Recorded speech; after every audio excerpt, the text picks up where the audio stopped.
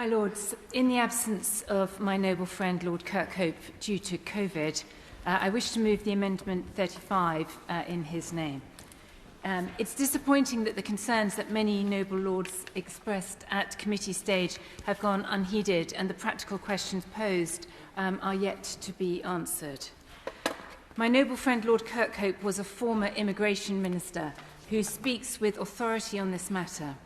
Many years ago, after carefully examining this policy of offshoring, he rejected the proposal to offshore asylum seekers on the basis that it was impractical and ineffective. The reasons he did so still apply today.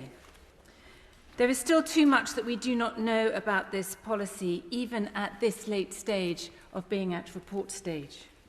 How would the powers given be used by the government?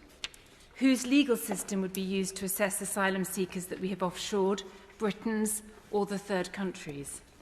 Once assessed, would these asylum seekers be returned to the UK? How would the government exercise its safeguarding responsibility for families thousands of miles out of UK jurisdiction?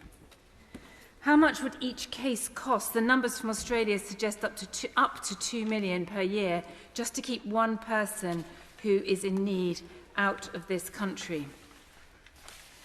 And all of this fails to fit in with our legal and international obligations, let alone our constitutional principles.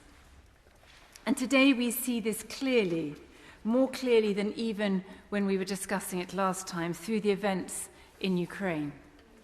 This tragic and unnecessary unfolding humanitarian crisis will certainly play out through the European continent.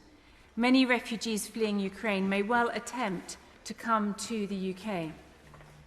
Last Saturday evening, the Prime Minister clearly stated that we would welcome refugees from Ukraine here. By Sunday, that commitment had become that we would support refugees in neighbouring countries to Ukraine. Today, we can see that the approach has moved again and that the government has committed to expanding both its family visa scheme and introducing a new community sponsorship scheme for Ukrainians, both of which are significant and welcome steps. But are we still saying that every other Ukrainian refugee who reaches these shores would fall into Tier 2 status, be NRPF and subject to potential offshoring? How would this work practically? How are we going to apply an operation that would be, at the best of times, excruciatingly complex to execute on a potentially huge scale? And of course, there is the irony of people seeking safety, only to find themselves in a position of renewed vulnerability, potentially held indefinitely in detention abroad. Instead of designing a structure that draws a proper distinction between economic and humanitarian motivations for migrants trying to reach our shores, it seems as though the government is muddying the water and resorting to this extraordinary measure of offshoring.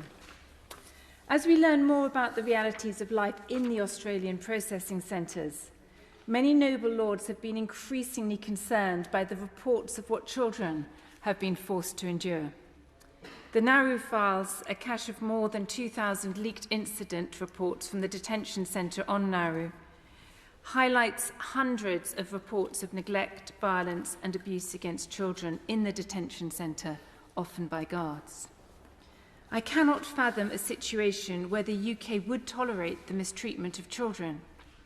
But in the absence of explicit protections and in the absence of the rule of our own legal system, we have to assume any scenario is possible.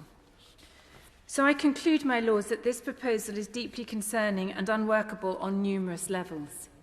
The powers it would be granting to our government are, on the one hand, ill-defined, but on the other hand, far-reaching, potentially hugely expensive, and yet ineffective, exposing a vulnerable people to further trauma rather than offering protection.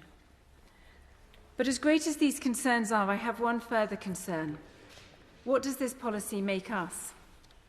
This is our moment as an independent nation that can demonstrate Western liberal values at a moment when they are under attack. Values of democracy, rule of law, freedom of speech, yes, but also the value and dignity of every human being.